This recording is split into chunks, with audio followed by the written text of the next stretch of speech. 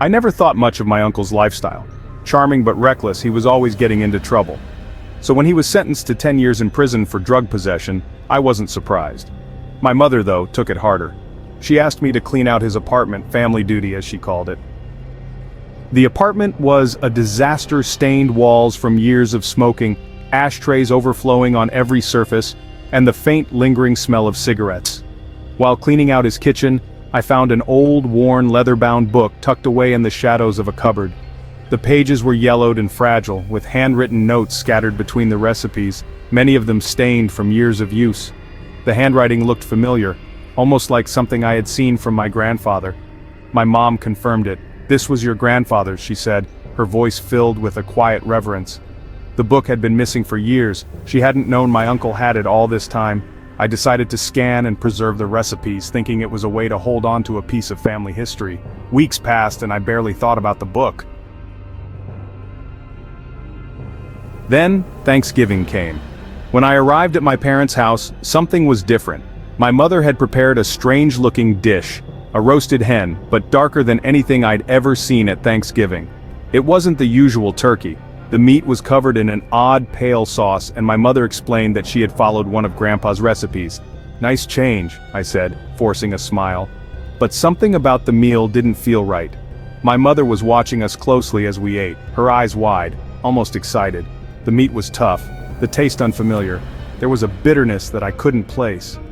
My father ate quietly, not saying much. The whole atmosphere at dinner was heavy and unsettling. Later I asked my dad about it. He shrugged, saying, "You know how your mother gets around the holidays, nostalgic?" But I knew there was something more. My mother seemed different. It was in the way she talked, the strange gleam in her eyes. She kept mentioning the recipe book and how she had finally found the missing piece of Grandpa's legacy.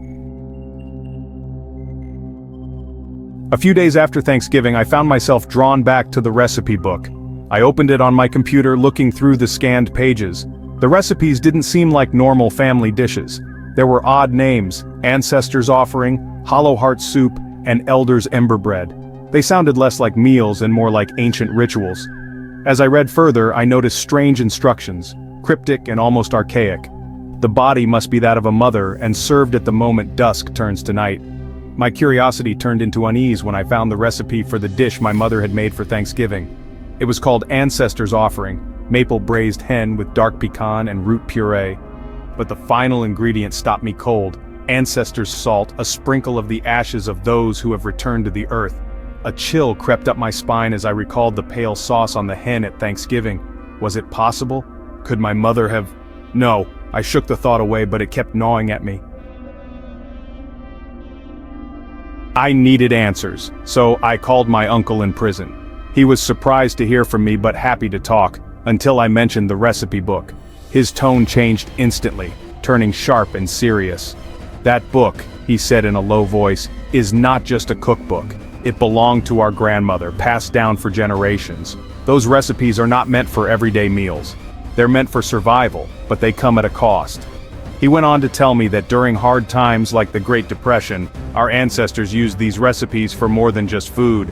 They were tied to something darker, something ancient. Those who use the book too much, he warned, start to change. They lose themselves.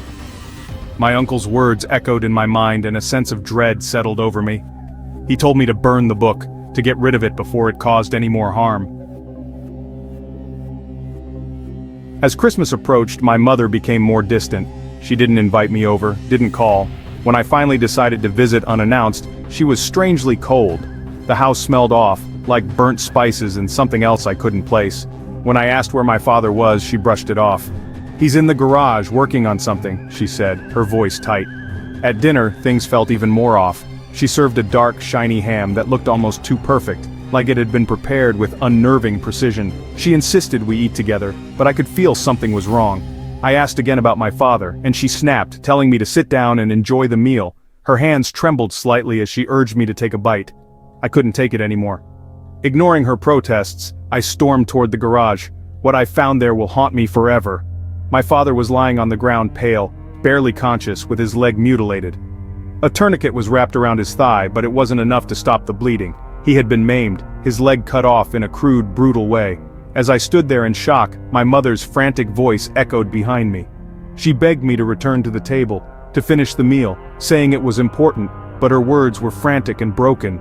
She wasn't herself anymore. She was something else, driven by a force I couldn't understand. The police arrived, taking my mother away as she screamed about the meal, about the recipes. My father was rushed to the hospital, barely clinging to life. When he finally recovered enough to speak, he told me that my mother had been acting strange for weeks ever since Thanksgiving. She had been cooking elaborate meals every night, insisting he eat them, murmuring strange words as she prepared the food. It wasn't until Christmas that he realized how far gone she was, and by then, it was too late. My mother was committed to a psychiatric facility where she kept repeating, "We must survive the darkest days." Her voice was a hollow echo of the woman I once knew. On New Year's Eve, my father and I took the recipe book outside and burned it. As the flames consumed the yellowed pages, I felt a weight lift from my shoulders, but part of me wasn't sure it was over. You see, I still have the digital copy of the book saved on my computer. Every day I hover over the file, wondering if I should delete it, but something holds me back. Something that makes me feel like the book still has a hold on me. I don't know if I'll ever delete it. Maybe it's just paranoia, or maybe it's something more, something waiting to be unleashed again.